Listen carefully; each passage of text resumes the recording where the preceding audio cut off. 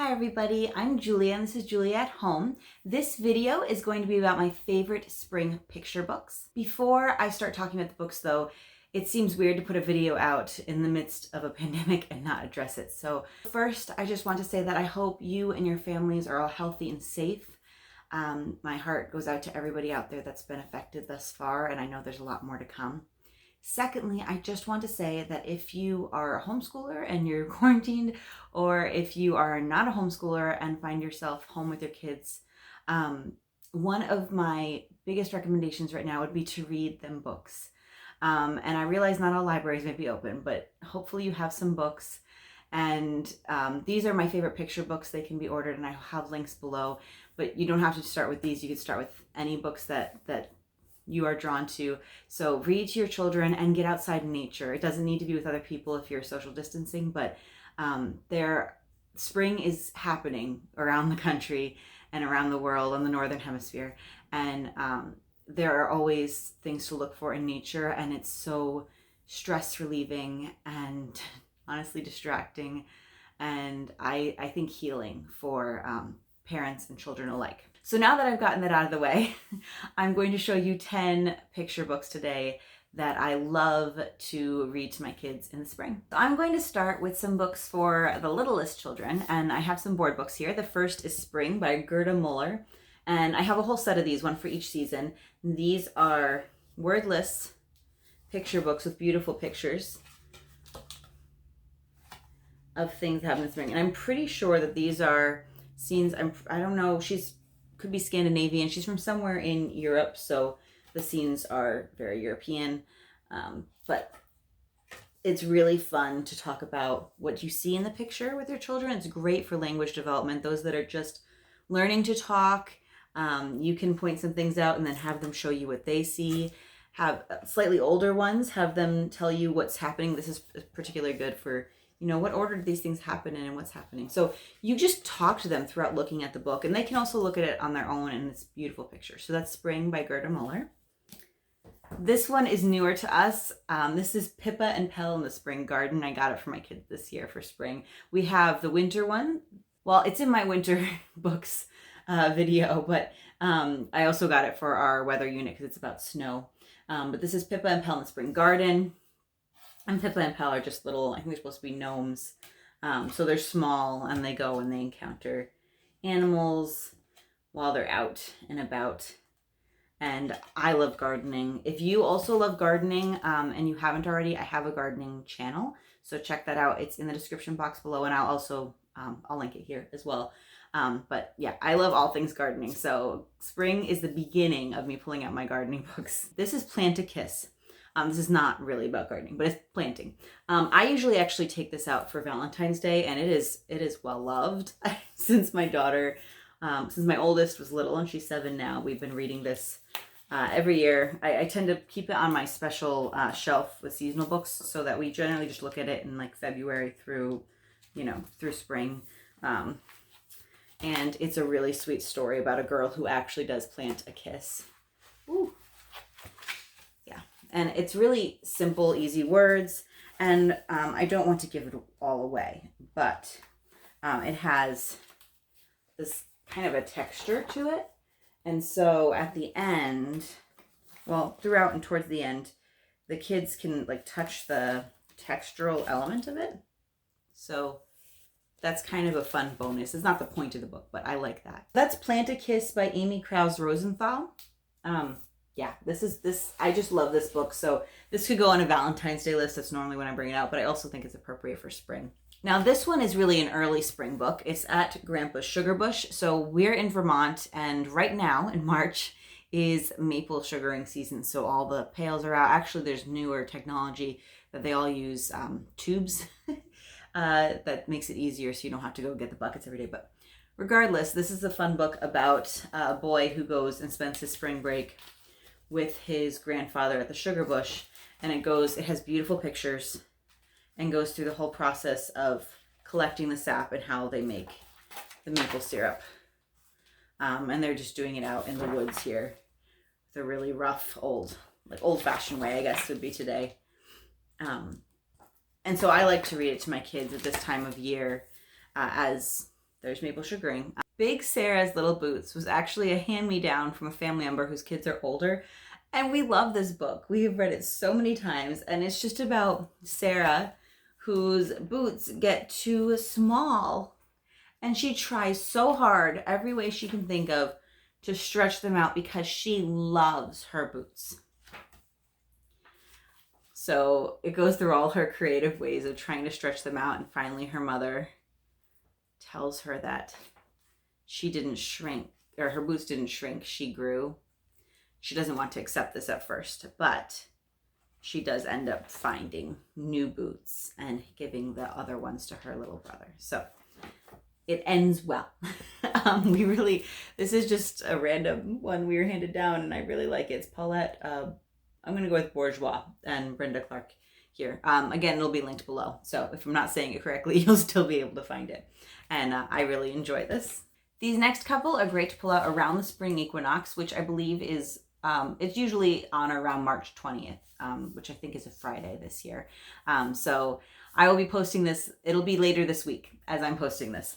And so first I have A New Beginning, Celebrating the Spring Equinox by Wendy Pfeiffer. There's a couple great books about solstices and equinoxes, and I like to get them. So this is A New Beginning, and it goes through, it's very informational. I like the pictures, but it goes through what, spring means in different cultures. So it's not, it kind of goes around the world and a little bit into history about what the spring equinox meant for people and what it means today. What I like about this book as well is it has a couple activities you can do in the back for different, so there's Chinese New Year paper lanterns, grow New Ruse Subse. I'm not sure if I'm saying that right, so I apologize if I just said that wrong, but this is an Iranian tradition of planting wheat or barley seeds. So, and then there's mashed potato Easter eggs, charoset, for Passover. So I think this is fantastic. And then Celebrate Spring, Make a Colorful Kite. So it has a variety of activities in the back and lots of information on lots of different cultures and traditions. So I really like that one. This is just beautiful pictures is mainly why I have this one. This is Goodbye Winter, Hello Spring.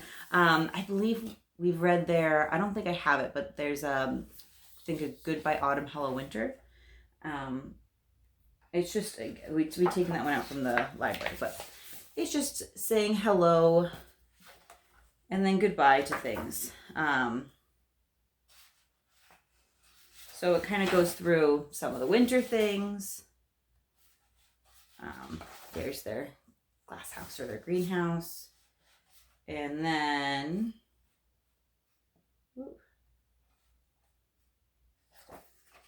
we're saying good morning.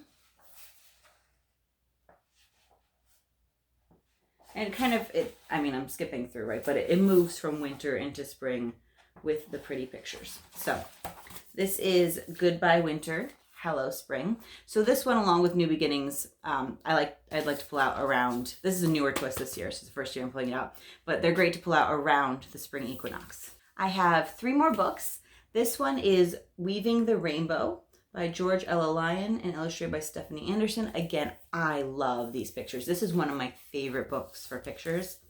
And this was a gift from my parents to my daughter, and we pull it out every spring.